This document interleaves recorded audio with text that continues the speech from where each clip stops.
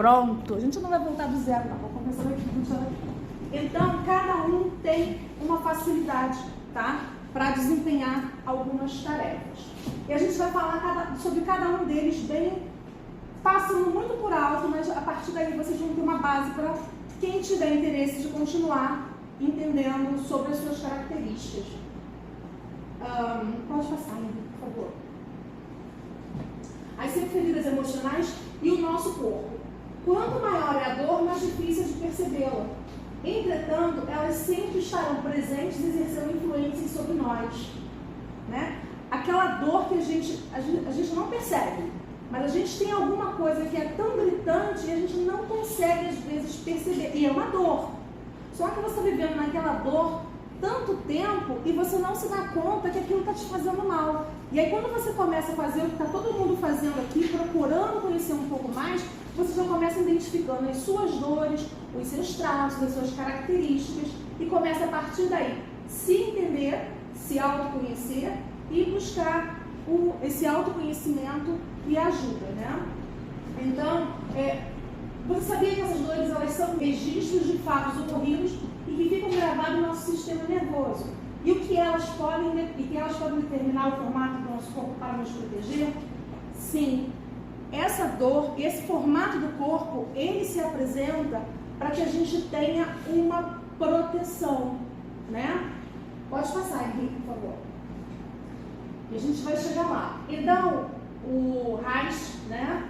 Ele que foi um psiquiatra, psicanalista, que estudou o comportamento, o corpo. Ele fazia o atendimento das pessoas, dos pacientes, e ele começou a perceber semelhanças de características físicas com relação a algumas dores.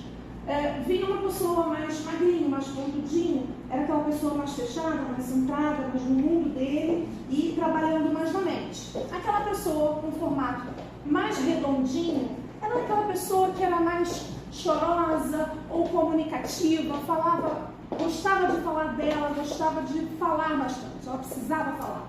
Aí vinha o outro, cada um ele foi identificando que cada traço, que cada grupo ele tinha uma dor diferente. Então ele começou separando por formatos de corpo. Ele foi separando pelo formato do corpo, tá? Então, lá em 1930 aproximadamente. Então, não é uma coisa que surgiu ontem, né? E que você vê, alguns aqui disseram que não conhecem. Nunca ouviu falar. Não é uma coisa, não começou ontem isso. Esse estudo não veio de ontem. Então, desde 1930 aproximadamente, Reich ele já vem fazendo essa separação, né, de traços, de dores, características, personalidades. E isso vai fazer com que a gente entenda por que eu funciono desse jeito. Por que eu sou mais fechado? Por que eu gosto, né, de me exibir, de dizer que eu sou lindão? Oi? Era só para ver se estava prestando atenção. Então, a gente tem realmente que se... Não!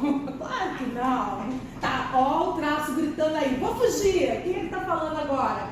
É esquizoide, quero sair de cena, quero ficar quietinha no meu cantinho. Então, isso é muito legal, porque a gente tem essa troca, né? E o Celcinho, ele faz essa parte aí tranquilamente. É tudo uma brincadeira verdadeira, tá? Ele acha realmente isso, né? E a Thalita tá ali para dizer se é verdade ou não.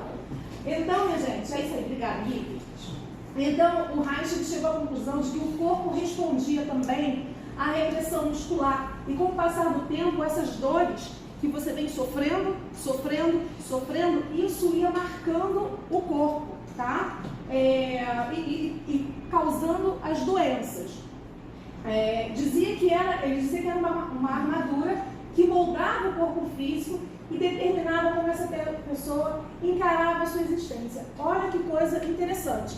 Então a gente vai olhar para uma situação, dependendo da nossa característica física, de 5 maneiras diferentes.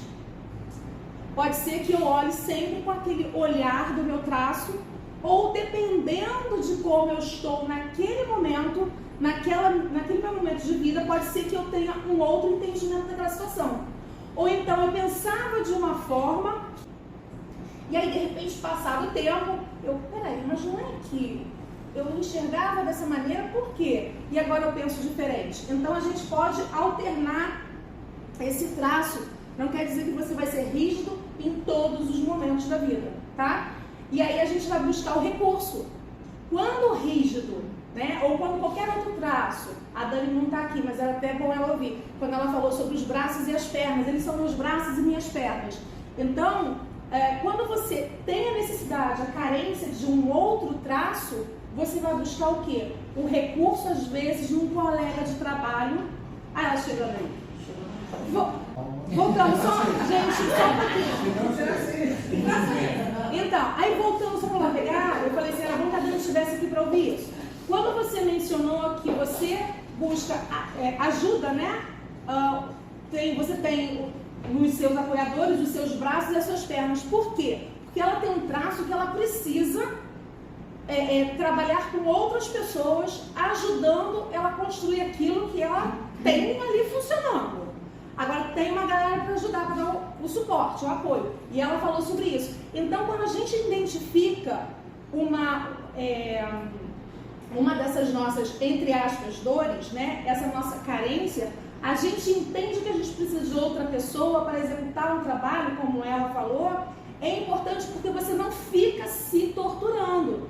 Tipo assim, eu preciso fazer isso de qualquer jeito. Como se aquilo não está dentro do meu traço, das minhas capacidades. A facilidade que eu falei sobre o Henrique estar ali operando, se a gente pega, como lá o Celso levantou a mãozinha, ele já se colocou ali, o Celso, né, ele tinha colocado ali, ele falou que ele não se entenderia muito bem ali, respeitando o traço dele, que tem outra predominância, ele precisa de quem? Do auxílio do Henrique ou de outra pessoa para fazer aquilo. Mas ele é incapaz, incompetente? Não! Se ele pegar, ele vai fazer. Só que para ele trazer aquele traço dele, aquela informação, ele vai ter que pesquisar, analisar, fazer várias vezes até ele conseguir acertar. Então isso vai dar muito trabalho. O que ele faz? Ele terceiriza. Quando a gente entende isso, terceirizar um trabalho não é falar que a gente não tem capacidade, é mostrar que a gente entende que nós somos muito bons em uma determinada área e ninguém precisa ser bom em tudo o tempo todo. Essa é uma das grandes cobranças que a gente vê hoje em dia, as pessoas querendo ser bom em tudo. Eu preciso ser uma ótima mãe, uma ótima empresária, uma ótima palestrante.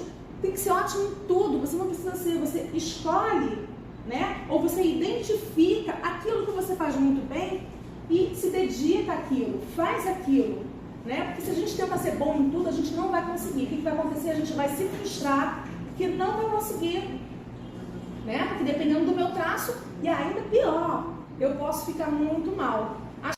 Que o esquizofrênico, ele trabalha muito na mente. Então ele trouxe esse nome baseado no que ele analisava os pacientes, mas não tem a ver com a patologia, tá? Ele só nomeou porque ele achava que tinha tudo a ver com ser relacionado à parte mental.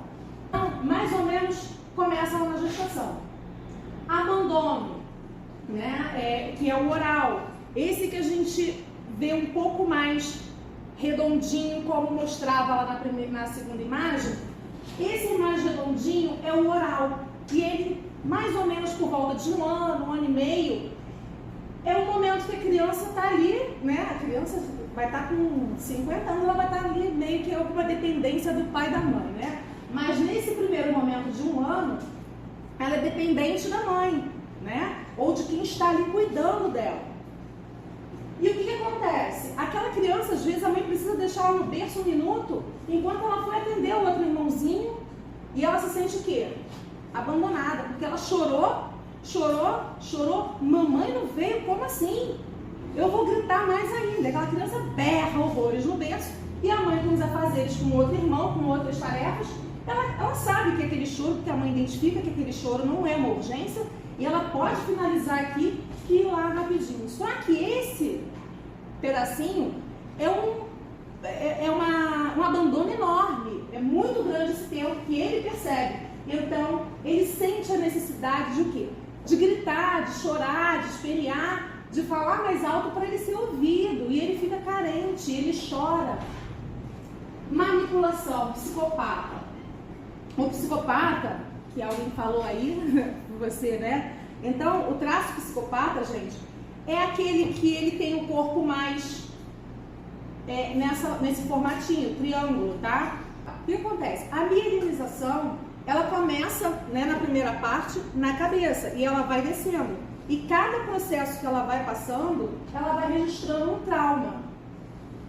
E aí vem lá a manipulação.